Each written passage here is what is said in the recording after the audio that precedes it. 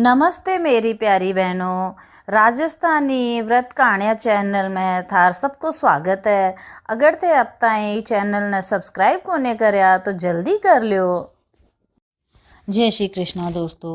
माघ कृष्ण एकादशी को षटतिला एकादशी कहते हैं।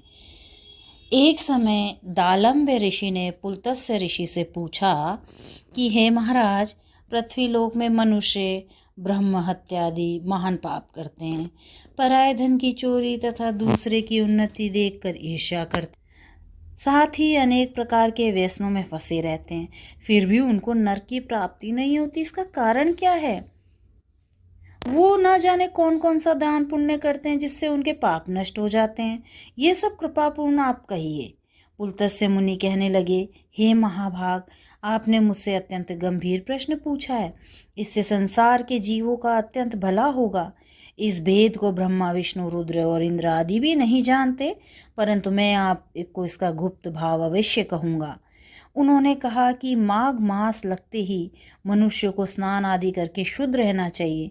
इंद्रियों को वश में करके काम, क्रोध, लोभ, मोह, अहंकार, ईर्ष्या तथा द्वेष आदि का त्याग कर भगवान का स्मरण करना चाहिए। पुष्य नक्षत्र में गोबर, कपास, तिल मिलाकर उसके कंडे बनाने चाहिए। उन कंडों से 108 बार हवन करना चाहिए। अब इसकी कहानी इस प्रकार है। एक बार प्राचीन काल में मृत्युलोक में एक ब्राह्मणी रहती थी। वह सदैव व्रत किया करती थी। एक समय वह 1 मास तक व्रत करती रही। इससे उसका शरीर अत्यंत दुर्बल हो गया।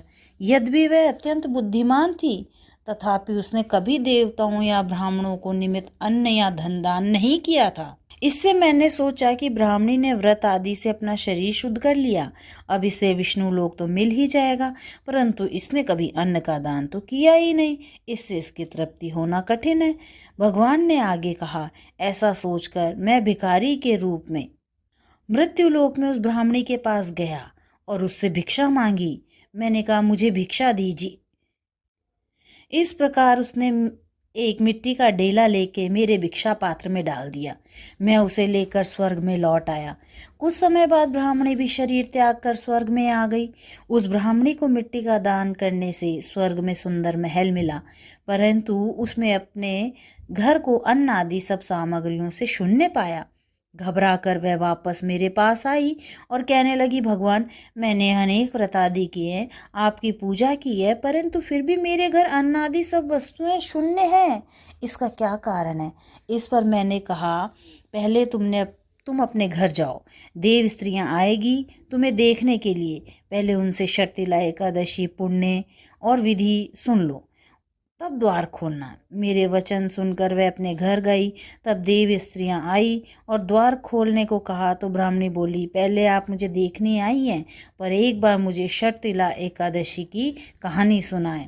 पहले षट एकादशी का पुण्य और विधि सुनाएं, तब द्वार खुले। मेरे ऐसे वचन सुनकर वह अपने घर गई। तब देव स्त्रियां आई और द्वार खोलने को कहा। तब ब्राह्मणी बोली, आप मुझे देखने आई हैं, षटतिला एकादशी का महात्म्य मुझसे कहिए। उनमें से एक देवस्त्री कहने लगी, मैं कहती हूँ। जब ब्राह्मणी ने षटतिला एकादशी का महात्म्य सुना तब द्वार खोल दिए। देवांगनाओं ने उसको देखा कि ना तो वह गांधर्वी है और ना आसुरी है, वरन है पहले जैसी मानुषी है। उस ब्राह्मणी ने अनेक कथानुसार षटतिला एकादशी का व्रत किया।